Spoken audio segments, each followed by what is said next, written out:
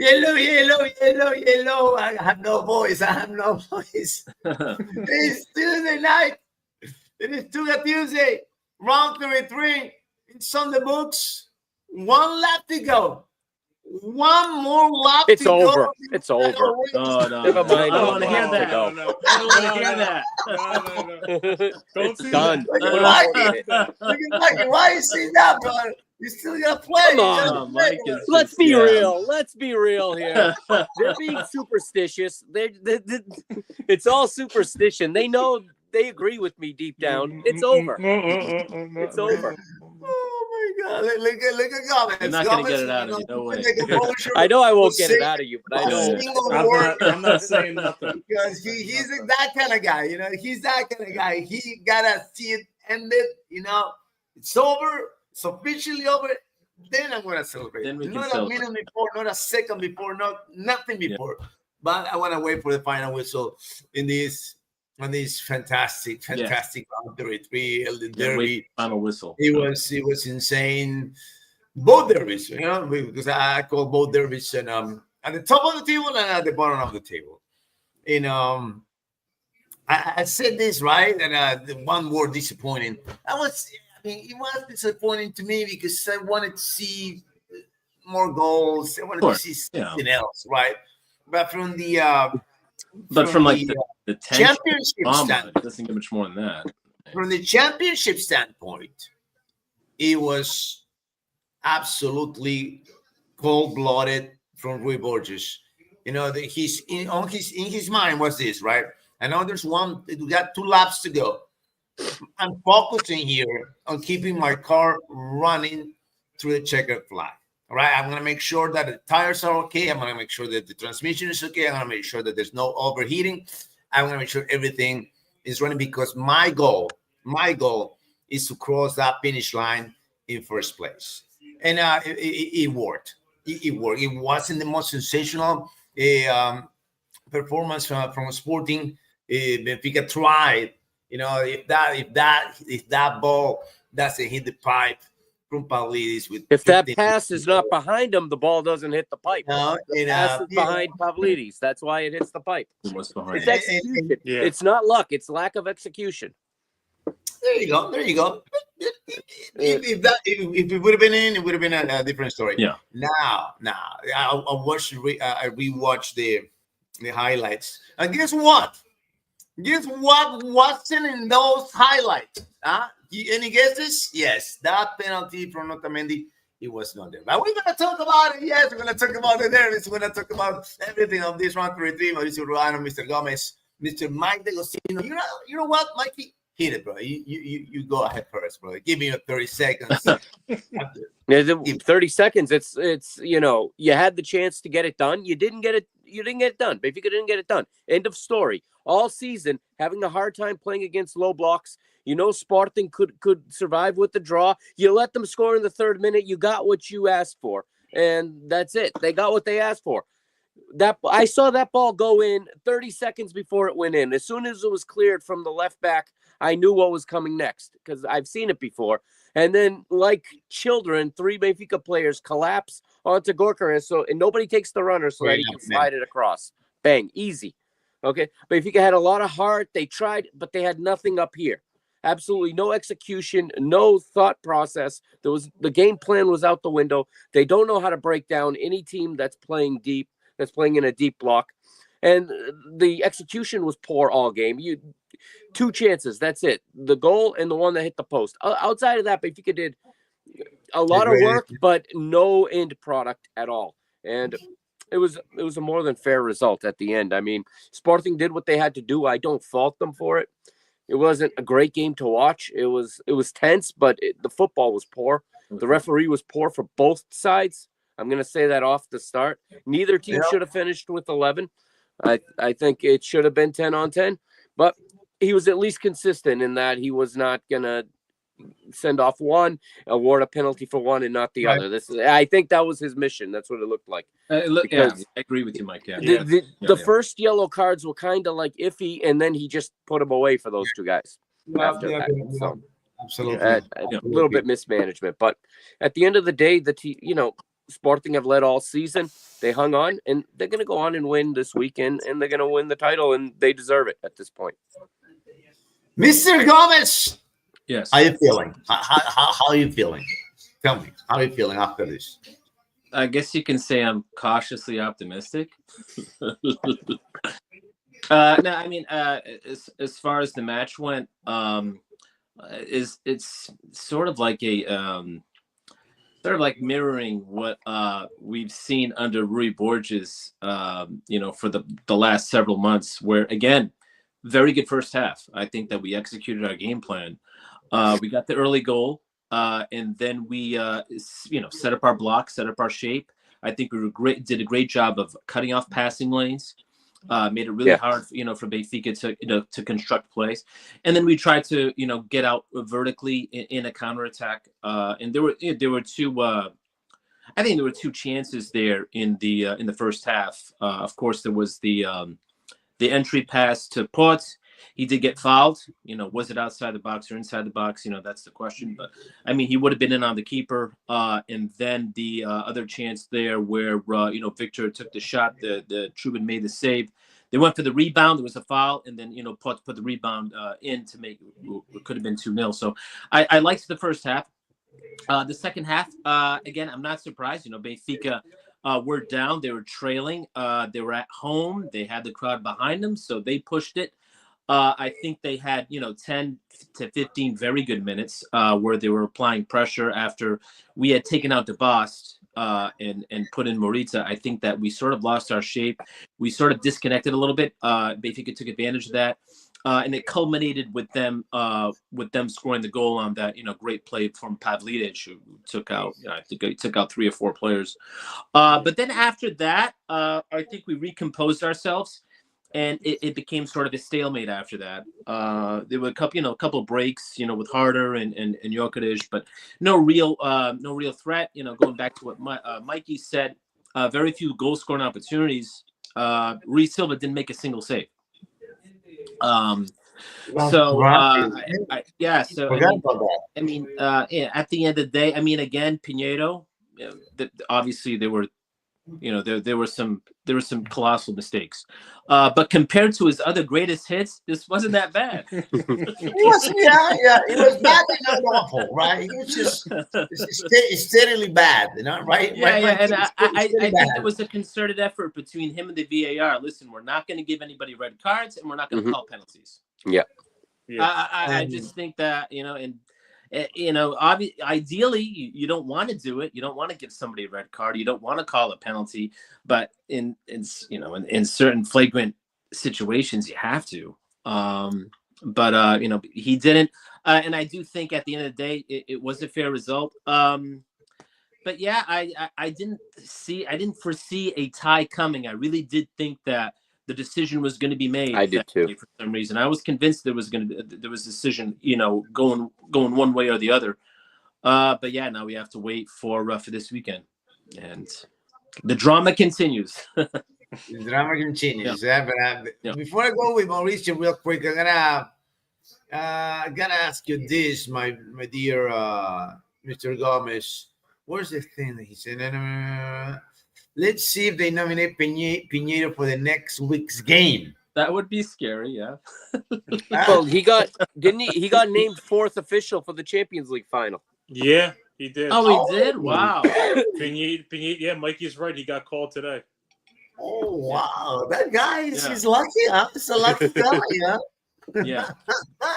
Mr. Ruano. So there was not only one derby, but there were 2 derbies. In the Premier Liga, of course, and the little magician showed up again big time for the Dragons, and the Panthers, they just couldn't pull off a miracle. It was just too big of a miracle to pull off, right? I don't know what else to say about this kid Mota anymore.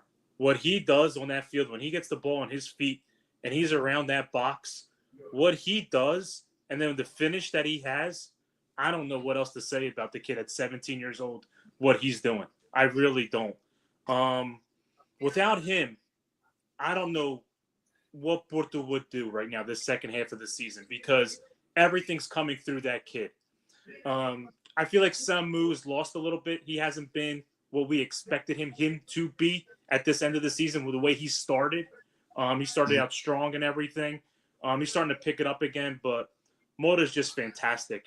I'm not even a Porto fan. Everybody knows that. And I told you when you were doing the game, I was like, I'm not a fan, but this kid, just wow. But Boavista had their chances. For some reason, that second half, Porto, they just didn't show up. And Boavista had chance after chance, and they just couldn't finish. And we talked about it before. They had so many offsides and things like they're just unfortunately for Boavista, they're starting to play, but you only have 2 games left in the season. It's too late for that now. So like your season's already been done for a couple weeks. And like, just sorry, it is what it is. And they have their chances. Listen, they have a chance to try to get into the playoff. And listen, I don't even think they will. I honestly don't think any of those 3 teams, or even 4th team, if Estrela Madura falls down, can beat the team that comes up from the second league. I really don't. The way that they've been playing ball, those bottom teams down there. But listen, they had their chances, and with Braga slipping up, Porto's got now a stranglehold on that 3rd place. Yeah. So that's Braga pissing it away. Once totally. again. And the last you take 2 points from the last 3 games, you piss it away. You had it in. Hey guys, but is in Boavista relegated already or not? No one's but they need a lot of help. They need to win, and the others need to lose. The results didn't benefit them. Right, but what about they got the but the what is this, the goal differential? What about the goal differential? I thought, during the call I said, Boavista is relegated, but they pretty much are. Officially not. Yeah, this last weekend was so devastating for them. I think that's. But so why Boavista is not relegated? They got, even if they win the last game and both teams lose, I think if they win, they can finish in the playoff spot. And they can finish in the playoff spot. They can stay in the league if they beat the team in the playoff. Who's going to be Alverca, probably. Yeah. Actually, who knows, actually. Yeah, who knows either. Yeah. They're really close in the second division. It's Tondela. I think it's Tondela, Vizela, and Alverca. In Alverca. But so how Boavista is getting into the playoff spot with the goal differential? Let me see. Well, they would have to hope the teams above them, the 2 teams, would lose, which is Aves and Farense. Right, but Farense is minus 20. So if they both lose, 39 minus 32. So I think it's because of the head-to-head. I think talked about last week. They'll need to be in a tie with one of them, I guess. I don't know. So, but I read that today, that they need to win, and they need. I think they need to tie Aves because they beat Aves head-to-head. Remember, like 2 weeks ago, they beat Aves. Yeah, they did. 2-1.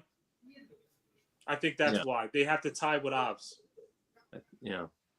So they beat 3 teams at 27 points, basically, in the last. If this right. No, you know what? They probably need. They probably need the other teams to lose by a lot and them to win by a lot. That's right. They'd have to make up the goal difference. Yeah, it's just because there's no way they finish in a 2-way tie for 16th and 17th. Like Aves right now has the same goal differential as Boavista at minus 32. Mm-hmm. Yeah. And Farense is a big difference. Farense right, is but if Farense, because Farense can go to 5th, but then Estrela drops. Exactly. Yeah, I don't see how they can finish in 16th. Only 17th is what I can see. Yeah. No. Okay.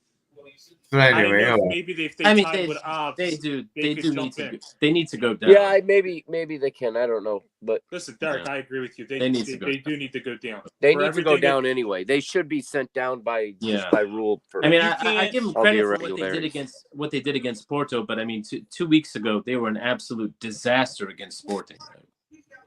Yeah. Yeah. When you can't pay, I know. I got to be at work in 5 hours. No way. Yeah. All season I've been doing this. Holy crap, man. All right, guys. Let's get it on. Who cares about the relegation right now? We're almost at the end. Yeah.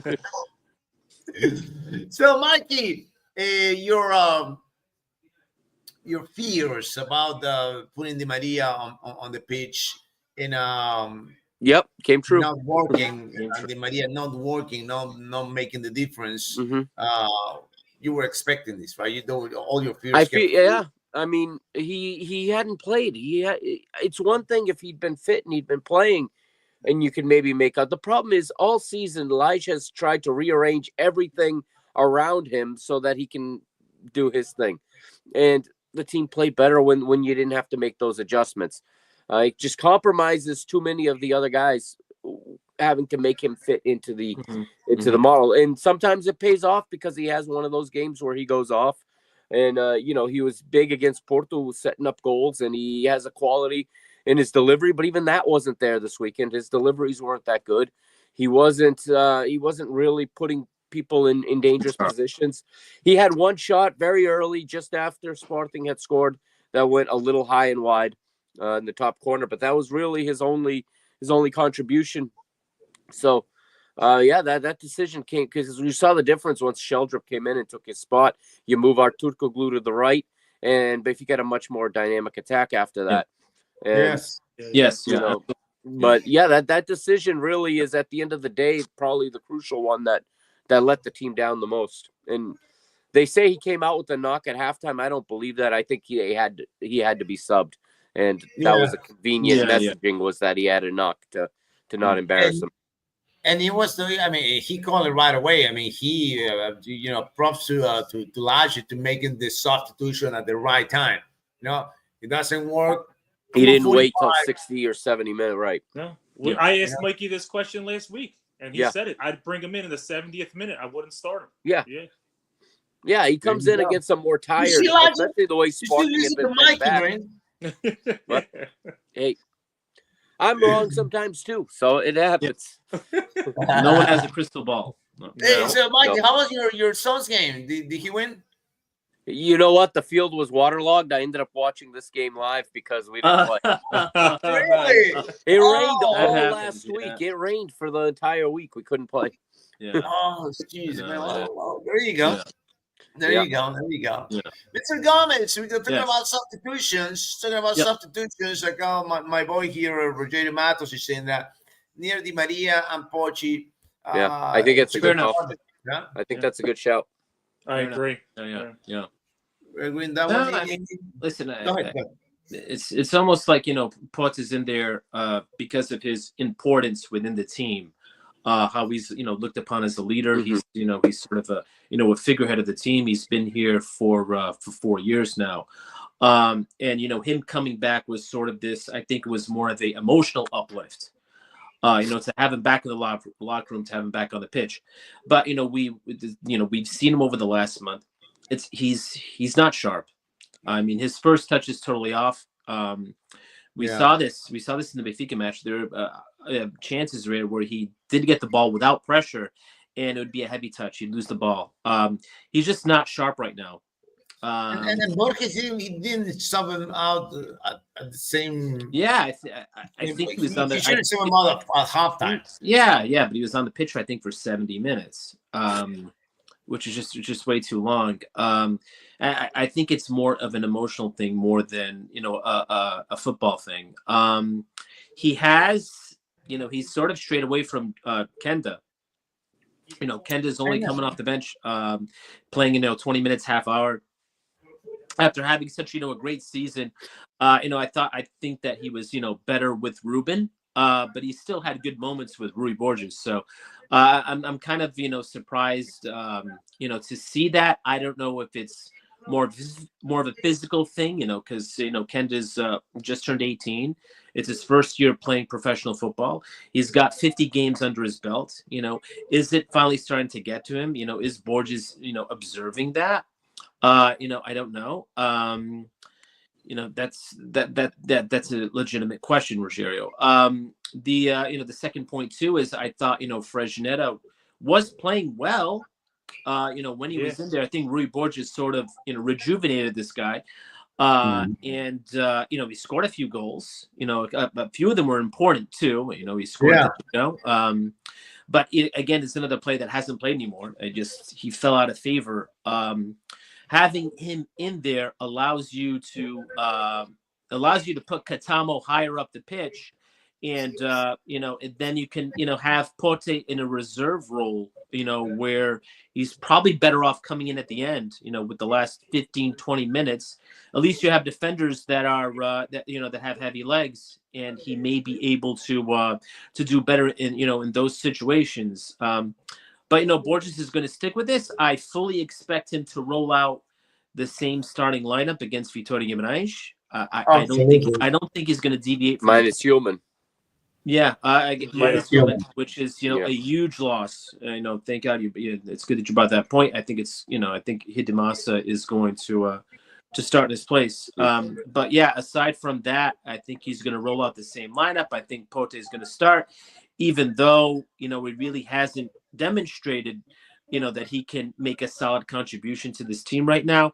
I fully expect Katamo to start as a right wing back, and Kenda's going to be on the bench. He's just going to stick with it. It's the last game of the season. I don't think he wants to change too many things right now. But yeah, I mean, these are legitimate questions. I mean, has Pote really demonstrated that he can make a contribution to this team and right now this is the business end. This game decides it all. You really do need to have your best lineup. So I mean, I certainly question having him in there as opposed to Kenda. But I mean, I fully expect him to be there. It is what it is. I don't think Borges is going to change. No, I wouldn't either. I wouldn't change. I wouldn't change either. Mr. Ruano. So I went on the broadcast. I got carried away a little bit when I said that Samuel and Rodrigo Mora will score 60 goals combined next season. I think it was a little bit. I think it was a little bit too much. But I think that next season. Porto barely has 60 goals. I didn't want to say nothing, Mikey. They got 62 as a team. I didn't want to say nothing. Yeah. What I was gonna say? Then I think the next season for Porto is gonna be the real comeback. I think Porto's they're gonna of course spend some money. I don't know where. But I don't know what, but they have. I'll tell you where. When they sell Mora, that's where they're going to get the money to spend. There's a reason why they raised his clause to 80 last week. And why he's now under George Minz's. He's exactly. He's on his portfolio now. Oh yeah. Yeah. Ooh, he's gonna be gone in this summer. Listen, and Selby has his targets. I think he knows who he needs, who he wants to go get. The only question, like we've been talking about, me, Mikey, and Derek been saying it, they also don't have all this money to go get it. Missing out on Champions League is a big miss. It's a big miss for them, for money and everything. You now are hoping you can sell, let's say, a Diogo Costa for at least a $40 million. But that's a lot for a goalie right now. Yeah. You can get another goalie for, let's say, 20, 30 something that could be just as good as Diego Costa. You can find someone like that. Why would one other team come out there to pay all that money? But like Porto is also known, and we've talked about this before, selling their young kids way too early. They've done it before with Fabio Silva, Vitinha. They've done it a lot. And I don't want that to happen for this kid. I feel like he needs more that would be better one more full season. He didn't have a full season this year. And look what he's doing already in half a season. I think he needs a full season just to get him even better, just to get more strength in him. He's not the biggest kid. I think he could use the development, just getting stronger and getting used to playing a full season. But I hope they don't sell him. But like Mikey just said right now, they also need to invest. They have to. That money's going to come from somewhere. And Derek said this, and we've all said this. This is not typical of a Porto team that you've seen. The way that they've played, the way that they are in the standings, just everything that's going on this season, it's not typical. And I feel like their president, being Villas-Boas, being new, and them using to their traditional ways, he knows he has to do something to make this better for next year, or those pitchforks are coming out. They're not going to be patient over there. There's expectations there, and they have every right to have those expectations. What Peter Costa did. Listen, you might not like the guy, you might not like the way he did things, and not always things were right, but he set a tradition and the way things are over there. Yeah, he did. And right now, he's not. Villas-Boas got a big shadow over him that he has to watch over. And if they don't get it right next year, it's going to be really, really bad. But listen, hopefully they get their guys. They can do it because just like I don't feel like they have any bench right now, and their defense is just very. Their defense is very suspect, and you They saw had to bring even in this Macano Boavista out of the. Yeah. their own defender kicked the handball at his own guy. Yeah. Like what? Yeah. Like what? Yeah. Is this? I know. Yeah, I that watched was that. hilarious. Was but- funny. I was like, what is that? I was like, That was which- kind of yeah, Sunday that league was game, strange. huh? yeah, I was like, come on, guys. So there's a lot to be fixed there.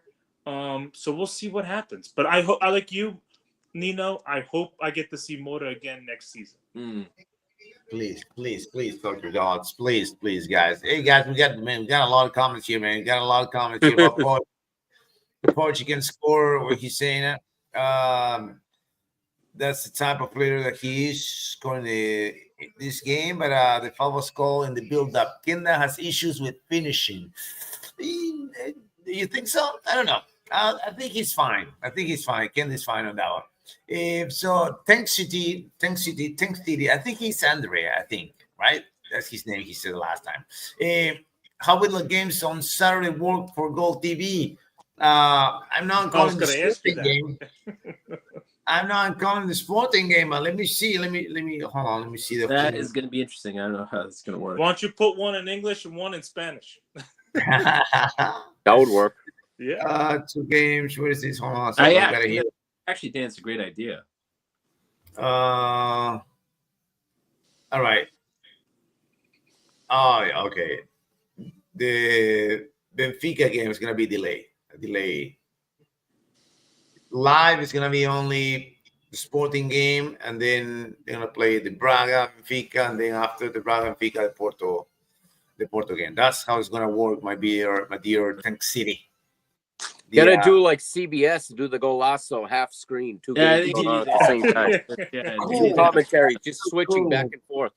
That is so cool. Well, if you watch the sporting game and you see the reaction of the fans, you'll know what's going on. Well, that's what happens. You'll know what's going on in the other game. They tell you what's happening in the other game. Yeah. So since Nick Job is very active here tonight, he probably is having a Chianti. I know he loves Chianti. So I want to ask the question that he asked. What about Otamendi? What do we ask about Otamendi? Send your question, Nick, or maybe I can ask Mikey. What about Otamendi? He said it, man. Mikey said it. And I'm going to say it too. I think that both captains should have been sent off. Yeah, I agree. Both captains, Hillman and Otamendi, both. Right. That's my take on this. But aside from that, Mikey, aside from the impact of having or not having Otamendi, the defense for Benfica on this game, how you feel about it? I mean, they got one critical mistake that led into the goal. Yeah. After that, what else? Well, that was it. It changed the whole dynamic of how the game was going to be played. Benfica needed to not fall behind because they needed Sporting to come forward and leave themselves exposed for a counterattack. Benfica plays best in transition. Once you go down 1-0, there's no need for any. There won't be any transition. Sporting are not going to leave themselves exposed, and they didn't. So that was crucial. That piece just completely flipped the game in Sporting's direction. It tilted the pitch in their direction after that. It was the one thing that couldn't happen, and I think Benfica came out too crazy at the start, trying to score early like they did against Porto. They left themselves exposed, and that's what happened. They should have been a little bit more patient. Get through the first 10 or 15 minutes. Let the game get a rhythm, and then start seeing how this is going to play out and see where you're going to get your goals from. Instead, they made basically had to play uphill both ways.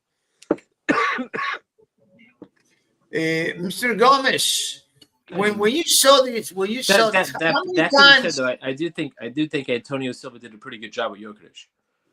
He did. Yeah, that was his mission. That was his best game. I think that he did. I was just going to say I think that he did pretty damn good. That was his best game. Yeah. Yeah. I mean, yeah. He was locked in. He was focused. He did a pretty good job of neutralizing Victor. And then talking about Victor, I think this is one of the fewest games the few games that I've seen from him working. I mean, working from the flanks, no more than attacker. He was more like a setter more than Yeah, a no. finisher, right? I felt the same way, but he was really effective. Yeah. Oh, yes, I mean, yes, I'm not yeah, I complaining. mean, I'm just saying that the way he used him for this it game. was. I mean, obviously, I mean, now it's no secret when you play Sporting, you know, he's the guy you're going to key in on, and that's what Benfica did. They focused in on him, and you know, to Mike's point, maybe to a fault, Maybe too much, on at the least first on that play play. where he had three guys collapse on him. Yeah. So yeah, he draws defenders out. You know, that led to the first goal. He also made that nice combination pass to Port, you know, when Otamendi fouled him. So it was those, you know, those quick combinations. He was really effective at that. And I think that I mean, I liked the game that he played. You know, he worked hard, and he really didn't force it. Even though we know he wasn't getting the chances, I don't think he was forcing chances. He was just, you know, taking what the defense gave him. You know, he was making passes when it was the right thing to do. Mm-hmm. So yeah, even though he didn't really have that many chances, you know, kudos, you know, to Antonio Silva too. I liked the way that he worked. I liked the way that you know, he played. I thought he played intelligent. So yeah, I mean, and overall, I was you know, pleased with Victor, even though he, you know, he didn't score. He didn't have those, you know, clear-cut goal scoring opportunities. So yeah, hopefully he can get two in this last game so he can hit that 40 mark. That's what I'm hoping for him. But So Mauricio, we were watching, right, the game in at Stade Luz, and of course the Benfiquistas, they were so mad. They were so mad with oh Sporting, man, wasting time. it's You know, it's like diving. vitriol. You know, the They goalie yeah. wasting the. I mean, I think they ate like probably 5 good minutes out of the game, man. And I mean, I'm not saying that this is the most sexy way to get it done, but it is valid too, isn't it? Yeah, listen, it's part of the game. It's what it is. You know, every team does it when you're trying to hold on to a lead and things like that. That's what you do. You're trying to kill the game. You're trying to kill any momentum that other team's trying to bring your way, and you find other ways. You see that what the goalies do. All of a sudden, they got a tight calf muscle. Mm-hmm. They got to get it, the magic spray going on and get a massage for like 5 minutes. So listen, it's just part of the game. Is it frustrating? Yeah, it's frustrating. You know what I mean? So, but that's what they try to do. And there's a lot of teams in this league that do that. There's a Santa Clara who played to They've been their doing it all year. capability, and they do it. They Mm-hmm. try to kill. They try to take the air out of the ball, and they try to make sure it's a slow-paced game. And every team has their way of doing it.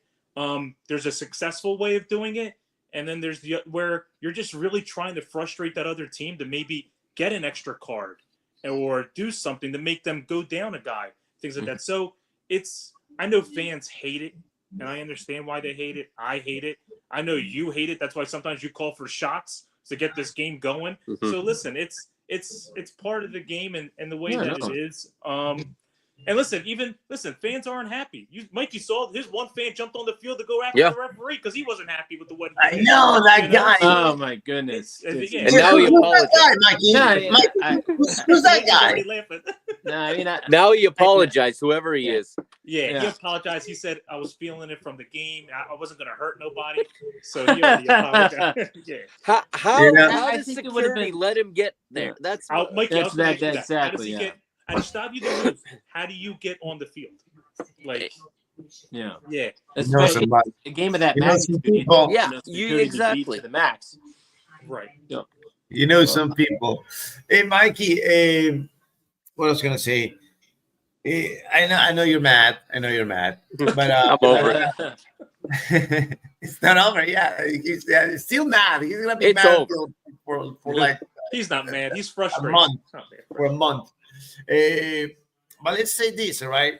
I was watching the highlights again today, and one of the keys of this game were Sporting didn't let Benfica get it done. I know you say, no, we were inefficient. It was our fault. I get it.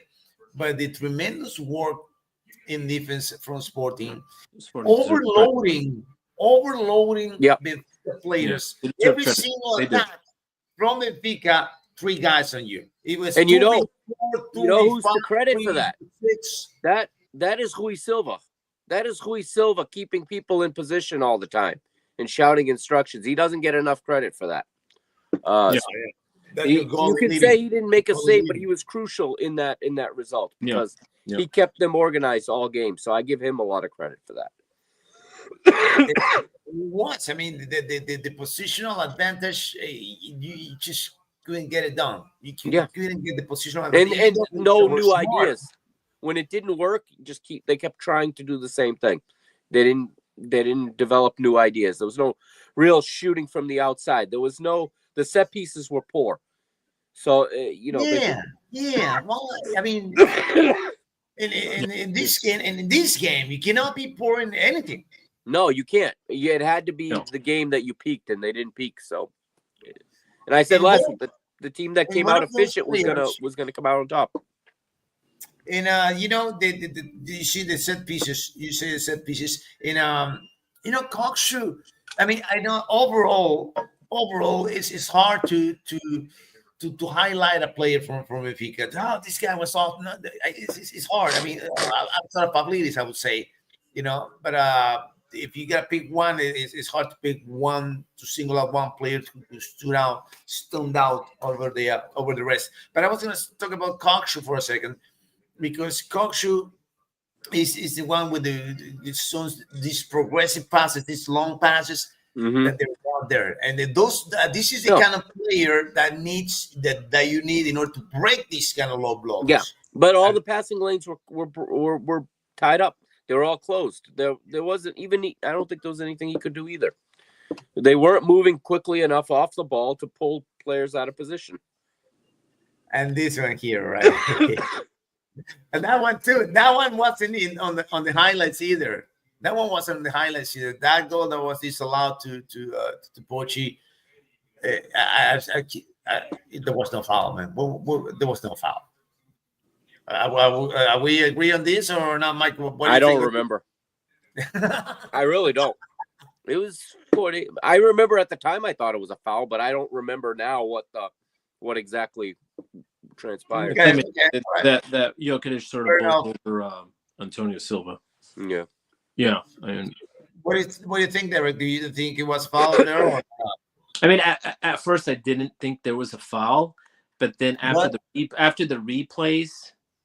In a slow motion, I think it's something you could certainly debate. I'm not. Yeah, I agree with that. Yeah. I mean, at first I was celebrating the goal. I thought it was a goal. Because it happened really quick. Then when they showed the replays, there was contact. So I mean, and it was sufficient for a foul. I mean, and then Joey's telling me, right? I mean, there were other non-calls that were more egregious that occurred like in that what? game. Yeah. Which one? Give me one. There were. I mean, I think that the fouls. Otamendi fouled Ports. I mean, that was. You should be in goal, man. Otamendi. That was egregious, And then the boss showed me why I prefer him more as a central midfielder than a center back, because he does immature things. Right. Now they mentioned immature things. Was that a penalty? That him pushing over Otamendi inside the box. The thing is that I did think. I mean, again, it was completely unnecessary because going back to it, it was another poorly executed set piece. Yeah. The ball was too high. It was going back. Towards outside the box. Otamendi was backpedaling. Nothing was going to come from that play. But when you're not even looking at the ball, and you got full arms extended, and your arms are extended, I don't think he put a lot of force into it. Probably not. Otamendi, when Otamendi saw that that nothing was going to come from it, he did go down. But yeah, someone else would have been in that spot. He wasn't looking at the ball. I mean, That's just immature defending. I mean, I don't. Listen, Otamendi's a smart player. He saw that his back was turned. And he's just yeah. I'm going to try to get the best I can out of this situation. Mhm. Yeah. So that's what he did, you know. And Derek's right. His back was turned, and Otamendi's like, the ball's coming right at me. There's nothing I can do with this ball. I'm backpedaling. The best I could do is try to just head it back in the middle. Let me see if I can get something out of it. And that's what he tried to do. And the boss did not even look at the ball. It's just no. and Derek's right on that. There's more worse, like the calls, some of the calls, like that call there, whatever. That's not. It's the other calls during the game. Like Mikey said, there should have been 2 reds this game for each side. Like Humelin gets that stupid yellow, and Derek will probably unbelievable. Why are you even doing that? I can't believe he did that. It's almost like he did that knowing that he could miss next week, he goes and does that. And Ullman, I thought, was the best player on the pitch for Sporting. I thought he was absolutely fantastic in that game. And I thought he was a true leader of men in that game. He was just like the guy that really stuck out. In my opinion, I think he was the man of the match for Sporting. And he's an intelligent player. He's a leader, a great organizer. Just I think he's a sensational player. He's an experienced player. And then he goes and does something like that where you give the referee no choice but to give you a yellow card. Right. Knowing that this thing might come down to next week, and now you can't play. That just killed me. Oh man. I agree with that comment. Yeah. I'm not the style. Human and Diomande best players for Sporting. He was terrific. Yeah. I mean, the only time he got taken was on the goal. Pavlidis made that move. He almost broke, Diamante's ankle. Probably because he was on a yellow card. Yeah, probably because he was on the yellow card. Absolutely. He knew he couldn't. And it was in there. It was in the area. Box too. So. Now, Mikey, we were talking here with Sporting how the leadership of Human, but in Benfica there was this lack of creativity. But do you think it was a lack of leadership too, or no? No, it just you got to give credit to the opponent that had the right game plan sometimes, and they weren't prepared for that apparently, because you would think they'd have been ready for that, but again they just. You played with like 10 because Di Maria couldn't break down anything, and it forced Auschwitz to play too far back and too far to the wide, and that change was made at halftime. But Benfica only played for 45 minutes essentially. They turned it into a 45-minute game, and that's too short. That's just too short. When you needed to win, you can't fall behind 3 minutes in, and you cannot, put a team out there that's as exposed and compromised as Bruno Lage put out there. He asked Di Maria to be Zeki Mduni. If you want that skill set, you put on Zeki Mduni. You don't ask Di Maria to be Zeki Mduni. And that in the end of the day was the mistake. I think just Lage showed, I think, his level. He's, as much as I like him, he's not the top level of manager. He's okay. He stabilizes a ship when it's rocky. Right. But that final push, he lacks something in these moments. And he normally does well against the bigger teams because normally those teams come forward. Sporting knew better. And absolutely. They knew better than to give that opportunity. This match, it was to a T. So absolutely, I agree with Mike on that one. It was the game plan that was the reason for this draw. Yeah, I mean, it was wise. I mean, if they went toe to toe with Benfica, they could have gone out there with a 3-0 loss. Because I mean, that's what Benfica wanted. Benfica wanted that transition attack. Benfica had the crowd behind them. If Sporting was to go in there, throw caution at the wind and go toe to toe with Benfica, this could have been a completely different game result. I do think that the game plan was the key to coming out of there with. I'll give Borges credit there. I think he prepared this team for this game.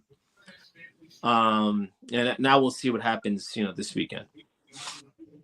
Yeah. You know what's going to happen this weekend. He's firing up his former team already. So. Keep it low key. Keep it low key as always, Mr. Gomez, right? But you know what's going to happen. So the fact that you don't have destiny in your hands, is that I mean, just completely gives the advantage to Sporting. I'm Mauricio. What do you think? No, that's what you want. course, That's that's what what you they want. earned. And that's why, that's why Mikey, as soon as we started the show, they had it. They're playing at home. Yeah. You wanted it in your hand going it into the last week. And me and Derek said this last week. We just can't come out of this game with a loss. A win would be fantastic to win it there in front of their fans, just whatever. But you couldn't get out of this game with a loss. And Borges did what he had to do. He got out of there, and now you just have to see it through this last game. You always want to be in that front foot. And Derek said this in the beginning. Once Ruben left and that whole debacle happened with João Pereira, we got to stay in the front. We have to stay in the front foot. We got to ride this ship. We got to some way stay there on the top. And when Borges came, luckily, with everything that he's done and everything, he's done that. And I give him credit. Half this team was hurt, and he had to put in some young kids and do it. And I give him credit because he's done a great job doing that, mixing players around and finding some solutions. Was it always pretty? No. But, you do what you got to do. And now we're at the week where we're at, where all you have to do is see it through at the end. Right now, this last game, it's not going to be easy. You're now through the press, you're firing up your old team, talking with the president. I don't understand why. Mike, that's what I'm saying. I don't understand why you're making it a big deal. Don't even say anything to them. Let them just do what they want to do. Yeah. But Yeah. listen, He's talking about them taking yellows so they could play. That they could, they took yellows to sit out last week. I mean, it'd be shame on Lucho Ferreira if they intended that, because getting 3 points against Sporting Clube de Farense is equivalent to getting 3 points against Sporting Clube de Portugal. So you're going to focus more on getting the 3 points from Farense because they're a more accessible opponent. If they were giving up yellows and players couldn't play against Farense and they lost, if they lost because they were thinking about Sporting's match, then shame on the coach and shame on shame on the administration. No, you're right. I highly doubt it. But I just highly doubt that. Yeah. Me too. It's nonsensical if they did that. No, if they win against Farense, this game against you win against Farense, you're in. That's it. They got fifth place. They would have had it. That's it. Yeah. They would have had it, and they lost. It's shame on them if that was what they did, but I just don't think they did that. And they're losing their midfielder for our game. Handel can't play. Mm-hmm. So listen to this, Mr. Gomez, right? So we got this. What is he saying? Barandista said Borges set him up well, especially in the first half. Yeah, absolutely. That's what I said. I think, 100%. Something else here, something bigger here that we forgot about this for a second or two or three, like I like to say during the broadcasts. This guy's undefeated. Undefeated with Sporting in the Primera Liga. Yeah. He hasn't dropped a single loss since he took over. Yeah. Not once. He hasn't lost in the league. He hasn't lost. No. And from the moment that he took over to that set of 4 or 5 games that they were playing half of games only to this. So there was an evolution from Borges since he took over up until now. Yeah.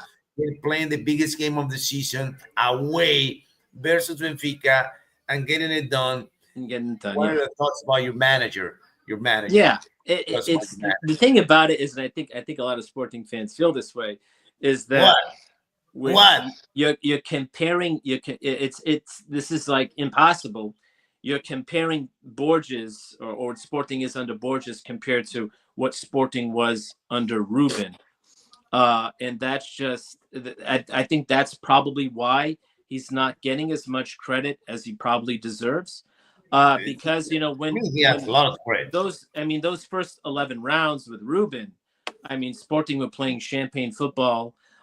They were second place in the Champions League. So we're looking at the way Sporting played, for those first, 3 months or whatever.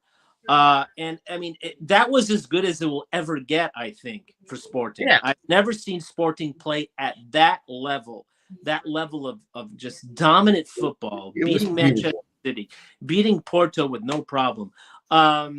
It was just, we're looking at that, and we're just hoping that that Sporting will return. It was just it was just trying to climb Mount Everest. It was just never going to get that good again. But if you just look at Borges Sporting under Borges, it has been good. It just hasn't been scintillating. So I think that that's why he probably isn't getting the credit that that he deserves. To Mauricio's point, this team was decimated by injuries. Varandas did not do him any favors over the winter transfer market. No. Right. There was. I mean, we brought in Biel. What has he done? I mean, he didn't get any favors. I think I've done more than him. He didn't get any favors from him. He was forced to play. He was forced to play guys that shouldn't be playing in the first division right now. Yeah. Yet he somehow weathered that storm, got us here to the last round, where if we win, we win back-to-back titles for the first time in 70 years. So yeah, I mean, I give him a lot of credit. I do think that next year, that will be sort of like the test, because you're probably going to lose some players, probably some very important players. Now it's going to be, this is totally you at this point. This is going to be totally your team. It's no longer has anything to do with Ruben. This is no inheritance. No. And you're going to try to follow up these 5, fantastic years. So now it's going to be a test, and we're going to see what Mr. Borges is truly made of next season. But he does deserve kudos for what he's done in the time that he's been the coach, getting us to this point where we're right at the finish line of tasting that title, being back-to-back champions. So, right now, I tip my hat to him. I do. Now, Maurice, since the comparison and everything that Derek said about the Ruben and Borges era, I'm going to ask you this: what would you rather have? A team that plays brilliant, sexy soccer and not winning the championship, or playing like the way Borges is playing and getting the championship? Listen, I want the championship. And then listen, and first thing, I like the profile picture. It's the guy that invaded the pitch. Yeah, that's the guy. Yeah, that's the guy. That's the guy. Yeah. That's the trust the process guy. That's Yeah, trust the prize. Gun. But going back to your question, sometimes in this league, those ugly wins, like that Benfica win against Valence, it wasn't great. But you got to get those wins like that to win or be competitive in the league. It's going to happen because that's what teams do. They park the bus, they wait for that one counter or 2 or 3, and they try to make the most of it. And listen, like you said, Borges has not lost. He's done what he wanted to do, and that is to stay on top and be competitive. Europe didn't go the way we wanted, but listen, the clear objective this season was trying to get the back-to-back. And we've talked about this. Us Portuguese teams, we don't have the roster to win a Champions League. You hope you can make a deep run, but that's all you're hoping for in those leagues. And now they added it around, so you got to go even further. Now it's like exactly. Round of 16 is like making the final at this point. Exactly. Yeah. So you're just hoping to make extra money as a Portuguese team from that league. We all know we want to win the league because we want that guaranteed pot of 40 million plus to go into your jackpot for winning the league and going into the Champions League. That's the main goal of this whole thing. And so I'd rather have a team. Is it the prettiest soccer like Ruben and everything? No. But you know what? His soccer is doing what it's supposed to do, and it's supposed to win. For Borges, like Derek just said, I want to see him with a full roster because it's almost like he didn't have that all year. He didn't have a bot. And, Ignacio was hurt and things like that. I just want to see him with a full roster, then see what he can do rotating the squad and stuff like that. We'll see. Now, Mikey, let's you wanna, what do you say about this statement from Nick Joby about Benfica looking like a patch-up Portuguese Galacticos from the flops they had? Which flops? I don't know what he's talking about. I don't know, man. I don't know about that. What flops, man? Nick Joby, sometimes he's be more specific. Names. We're not getting wine, brother. The only flop they have is the guy that Nino wants to race. That's it. Yeah, that's it. That's the only. And one. who What? I thought I mean, was a Pop, good guy you to know- bring on for Pavlidis in the final I minutes. mean, What a great Pavlidis- decision that was. The guy Yeah, that might that- actually score, you better That get was him out. nonsensical. Yeah. That was Unreal. When I saw that, I was like, "How in the world you took him out?" I want my boy. I couldn't believe my eyes. Me Made no neither. sense. I was happy on that sub. I was like, I'm- thank you. He did a couple subs that couldn't- helped. I spark couldn't the believe game. my eyes. I'm just like, how can someone do that? How can a coach do that?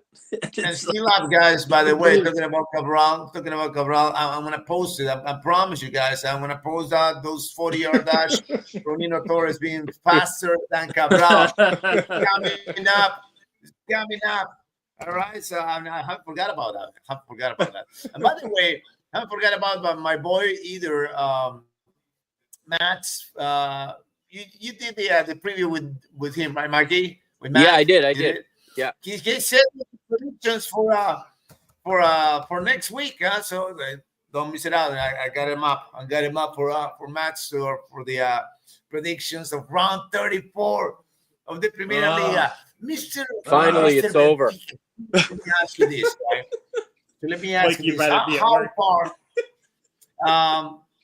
If Benfica, I'm talking about already next season, right? Talking about next season already with Mikey. 5 games in to the next season, the team not looking good. Do you think that will take out Elijah? Here's the thing that complicates everything: is that the election is in October, which is around week 7 or I 8. was just gonna say that. Yeah. So At at that point, I don't think it'll make it. I mean, maybe, but I don't know. I think they're gonna have to make a tough decision this summer. If there is somebody available that's interested that can come in, then I would start to negotiate Elijah's exit. But I don't believe that person exists, so you got to keep going with him. I don't think Benfica can get anyone better than him right now. And I'm talking about regardless of how it goes, matches, right? Nick Joey says that Joe Felix is coming. Renato. that's what he means by. I see what he means by Galacticos. You got it. Yeah. Yeah, I see what he's saying. Di Maria and Renato. I'll take João Felix in Portugal against Boavista and against Estoril and Estrela Amadora. Sure. So how old is João Felix now? By the way, he's 26, 26, 27. 26, 27. That much? Yeah, It was 7 years ago. The best It was thing 7 that could years happen to him ago. is come back. 2018-19 was his season. Yeah. His Oh, brother's that's on the right. team now. Yeah, his brother's on the cusp of break. He broke the first team in the cup this year. Yeah. His brother. I think it's the best thing that could happen to him if he came back. That it's his last opportunity For I his mean, career. If For his he career. can't make it work at Benfica, he can't. 'Cause this is not. 25. He's going to be a 25, small 25. team player. Yep, 25. Okay. I think he's 25, but he's turning 26 this year. So I mean, for him, for it to not work at Milan for him is mind blowing because Sergio Conceição is like his godfather almost. Him and Rodrigo Conceição basically grew up together. So he spent his summers at Sergio Conceição's house, and it did. Like the fact that he took him to Milan and neither one of them really had the success they should have there. It's crazy how that played out. Yeah.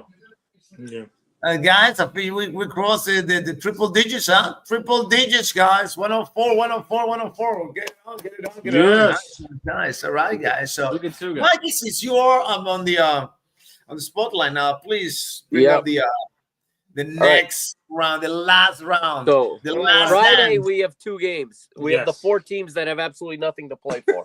Great. Famalicão, Casa Pia, they play at the same time. So it's 2 games at the same time. Okay. Famalicão, Casa Pia is first. Or it's listed Famalicão, first. Casa Pia. Hold on a second. Where's Matt's here? All right. Matt says Famalicão 1, Casa Pia 0. I'm going to say 1-1 on this one. Gomez? I want to say 2-2. I think they're both going to play loose. It should be fun. All right. Mauricio? I'll go 2-1 Famalicão. 2-1 Fama. Mikey? 1-1. They're 1-1. ready to go on vacation. Yeah. They got the early game. They're excited that by Saturday they can be wherever they want to be. Yeah. Yeah. And then the Rio Ave, Gil Vicente at the same time. Rio Ave Gil Vicente. Matt says Rio Ave 2, Gil Vicente 1. I'm going to say, you know what I'm going to say. You know. 1-0 Gil Vicente. Yo, Petit left already, Rio Ave, didn't he? He just left. He's not going to continue next year. Yeah. Okay. Yeah. He never does continue the following year. He always comes in at the end, saves the team from relegation, and then goes away. That's been his career. Yeah. He's a new little Bichigal. He's a new Yeah. one. Yeah. Gomez, what do you say about this one? I'll go 1-1 on this one. 1-1. Mauricio? Yeah, I'm with Derek. 1-1. Mikey? I'll say 2-2. 2-2. All right. What's next? All right. Looks like the rest of the games are all at the same time on Saturday. Oh, Roca, Boa Vista. I guess Oh. they're in alphabetical order.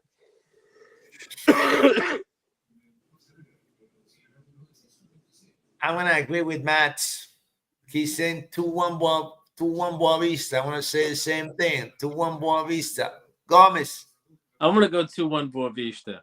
All right. The Panthers. They're going to die on the beach. Ruano. I'm gonna go 1-0 Bovista. Oh, look at that. I'm envisioning that end of season game that one team always has where they're winning and then they find out the other results and it's not enough and they're just crushed. Yeah. But Aroca is going to win 2-0. 2-0. All right. What's next, Mikey? AVS Sad versus Moreirense.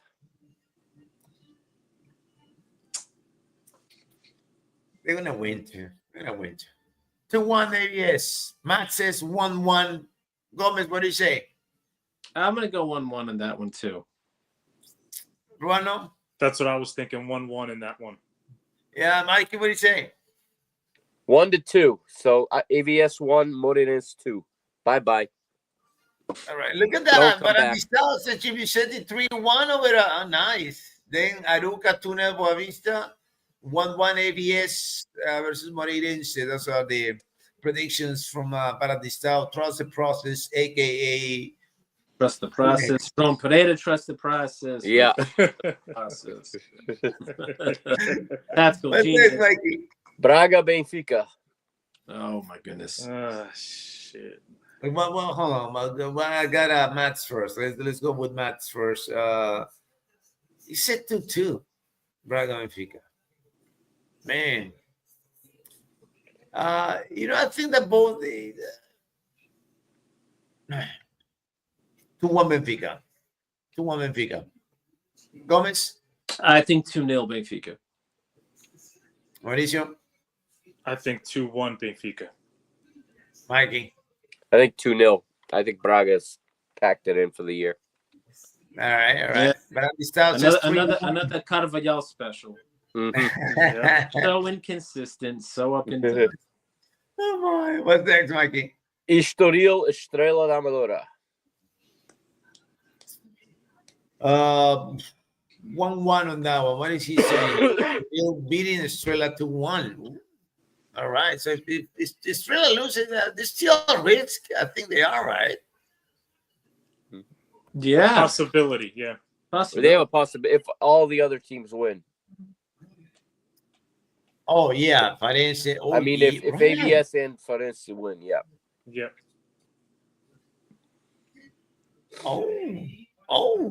Estrella, you're not safe. Okay. What do you say? Gomez, what do you say?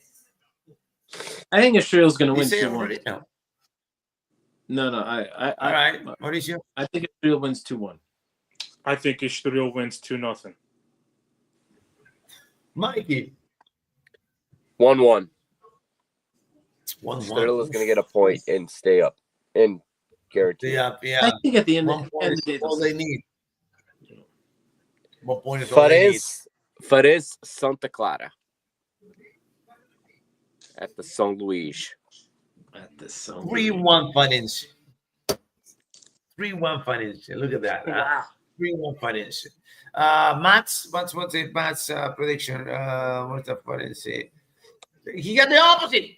He got Santa Clara winning 3-0. What's Wow. up with that one? Gomez, what do you say on this one? I think Fidesz gets out a 1-0 victory. Mm-hmm. I love it.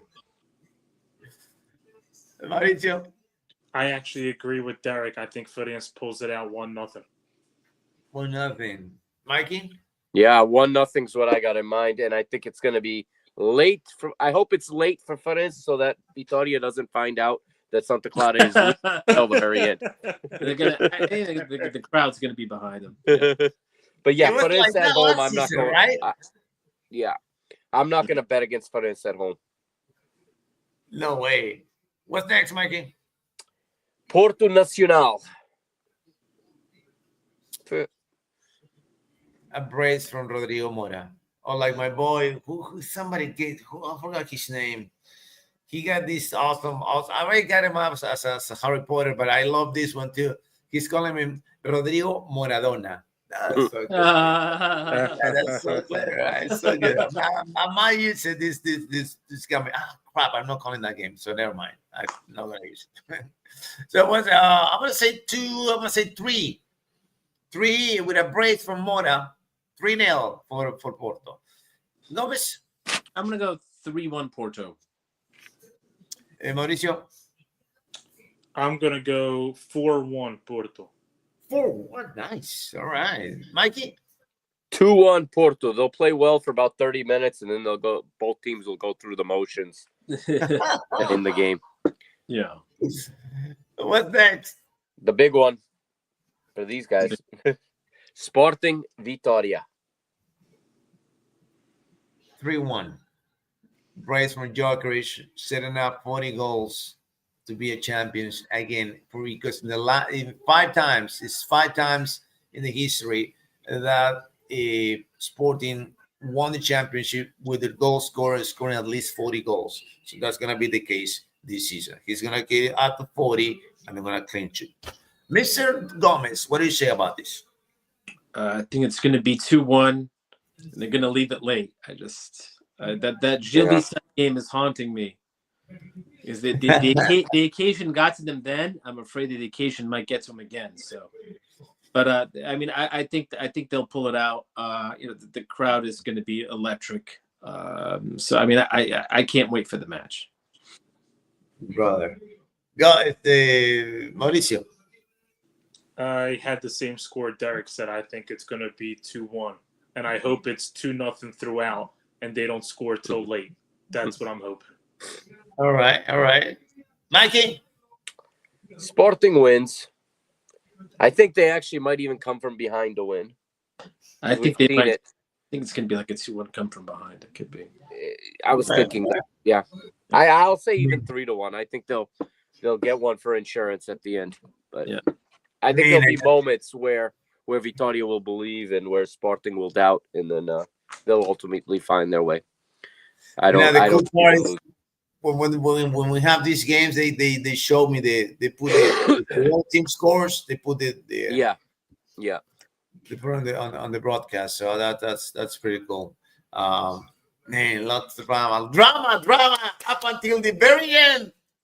They give you a warning on that, Nino? Did they tell you that it's coming before they show you the goal, or are you watching the game and suddenly the picture changes and it's a different game? It changed. They tell me. They tell you. I was gonna say because that's. Yeah.